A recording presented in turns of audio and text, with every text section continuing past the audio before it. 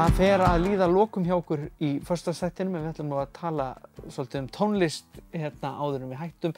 Það heldur betur mikið að vera hjá Sinfóníuhljómsveit Norðurlands, Sinfónord og kvikmyndaupptökum í Hofi og hingað til mín kominn Þorvaldur Bjarni Þorvaldsson, vertu hjartanlega velkominn. Kæra þakkir að fá mig hérna aftur. Já, bara okkar ánægjan. Það mikið dýrðir þessa dagana í Hofi, í öllum þessum verkefnum sem í gangi. Það búið að vera stærðar kvikmyndatónlistar upptökur, ekki satt? Jú, það sem kannski að frétta bara það að það kom að því að þetta var toppað aftur. Já. Við vorum semst og erum í okkar stærstu svona kvikmyndatónlistar upptökum og kvikmyndatónlistar tölvuleikja, skemmtigarða upptökum. Þetta er svo víða sko. Og það sem að sko 100 manns tæknifólk og tónlistamenn koma saman í Hofi til þess að veita þessa þjónustu á hæsta level, bara það er ekki hægt að komast hærri í heiminum varðandi sko kröfur og gæði. Þannig að við erum komin á eitthvað svona alveg nýjan stað. Já. Og það má ég segja að það sé búin að vera sko árshátíð klassískra hljóðfæraleikara í Hofi og Akureyri síðan 2003. Því að því þetta er svo langt og mikið, þá hafa komið svona dagar á milli þar sem er kannski bara verið að taka upp kór. Já. Og þá eru 40 strengjarleikarar að bíða þangað til eftir næsta fyrirtæki. Því þetta eru 3 eða 4 fyrirtæki sem eru að fara í gegn núna. Já. Og þá allt í einu gefst tækifæri til þess að bara vera í sumarfríi á Akureyri og fara út að borða og allt þetta skemmtilega, nema hvað við heldum svo líka bara loksins partí fyrir hópinn í Hofi. Já. Og það var alveg magnað að horfa þarna yfir gilið og sjá bara alla bestu hljóðfæraleikara á landinu, alla saman með hvítt og rautt og bublur og sódavatn í góðum feeling. Þannig að við vorum rosalega ánægð með það. Frábært, það er frábært. Og þetta er náttúrulega, eins og þú segir, þið erum náttúrulega bara komin á þennan stað að verkefnin bara streyma inn. Já, það virðist vera það. Það er náttúrulega mjög langt síðan að þetta var komið í gang. Það er náttúrulega Atla Örvarssyni að þakka að boltinn fór að rúlla. Hann tók sénsinn hérna með okkur og stofnaði þetta verkefni með mér 2015. Og tók það bara sénsinn með eina Hollywoodmynd og skellti henni inn. Já. Og það bara gekk það vel að þetta var með þessa blockbuster í Bandaríkjunum 2015 að við vorum allt í einu komið með nafnspjald. Já. Þannig að sko áður en að COVID kom og allt það, þá vorum við búin að taka upp 15-20 titla. En núna er þetta bara alveg konstant og búið að vera það síðan í 2019. Já.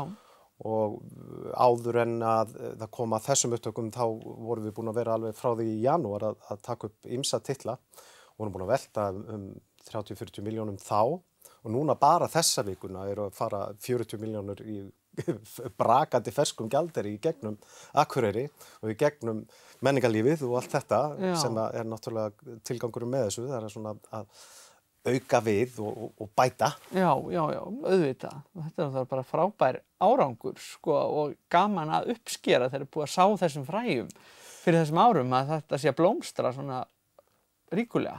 Já, og við erum samt alveg sko auðmjúk gagnvart þessu og vitum alveg að þetta getur líka hægt bara eins fljótt og það byrjaði. Já. En það er eitthvað varðandi verkefni sem við höfum fengið, það eru sko stóru fyrirtækin sem eru að koma til okkar. Við þurfum að fá bæinn og ríkið meira með okkur í þetta núna. Nú erum við búin að sýna hvað við getum gert. Þetta er algjörlega heimsklassa. Því að við viljum geta sinnt grasrótinu líka. Við viljum geta sinnt þér líka sem tónskaldið þegar þú ert að gera eitthvað fyrir leikhúsið eða eitthvað svoleiðis, til þess að þú getur líka keypt þér aðgang að Sinfóníuhljómsveit sem að tónskáld bíða oftast til fertugs að geta komist í þann geira. Já. Við aftur á móti getum boðið þjónustu þar sem að tónskáld geta kannski deilt degi saman. Ef við getum haft verðin þannig að það make eitthvað sens fyrir þá sem eru að byrja í bransanum. Já. Og málið er að við þurfum að flytja inn svona marga hljóðfæraleikara hérna. Það tekur okkur svona 10 ár að laða að nógu marga hér til þess að við séum komið með 40 manns hér. Já, þá þurfum við alltaf að kalla til frá öllu landinu. Já. Og það kostar og þar þurfum við bara aðstoð, alveg eins og bara þeir sem að búa til bjór eða kjöt eða eitthvað svoleiðis, þeir fá aðstoð við að vera með verksmiðjur sínar hér á Akureyri með að flytja vöruna til Reykjavíkur. Við viljum þannig líka bara með talent. Já, það ætti náttúrulega bara, þegar þú orðar þetta svona, þá held ég að sjáu það allir að bara sanngirnis sjónarmiði þetta ætti alveg eins að fá stuðning eins og hinir geirarnir. Já, enda líka, þetta eru líka farnir að vera peningar sem er business. Þú veist, við erum að tala að núna erum við að nálgast 100 milljón króna markið í veltu. Það má enginn halda að við séum bara að reykja peninga upp í ofni, sko. Þetta fer mest til hljóðfæraleikaranna, svo eru þetta salirnir og tæknimenn og ferðir og þetta allt saman. Og, en þarna er náttúrulega bara að skapast nýr skattstofn. Já, sjálfsögum. Og þetta er aukavinna fyrir allra sem að hafa lært þetta trade að vera professional tónlistarmaður og þannig að þetta er bara svo mikilvægt. Já, sjálfsögum. Ég segi að við höfum að fá svona milljón á móti hverjum 5 milljónum sem við sækjum í gjaldeyri. Já. Þá rúlar þetta algjörlega sjálfu sér og þarf ekkert að ýta á eftir þessu. Nei. Það er bara þrýst á að það gangi í gegn, sko. Ég skrifa aðra grein. Já. En það er allavega bara bjart framundan, það er nokkuð ljóst. Já, verkefnastaðan er góð. Atli Örvarsson er að fara að gera nýja seríu sem hann ætlar að taka upp hér. Og síðan eru Sony-menn að koma aftur með stóra tölvuleiki sinn. Má ekki nefna neina. Nei. Þeir sem spila tölvuleiki, það sem er skemmtilegt við þetta. Ef þú spila tölvuleiki, þá ertu yfirleitt sko í nokkrum plattformum, ég er svolítið svona aðeins að gera, og þá eru bara góða líkur á því að þú sést að hlusta á Sinfóníuhljómsveit Norðurlands alla daga. Já, það er því að við erum að spila inn á það marga titla sem eru þessi stóru titlar.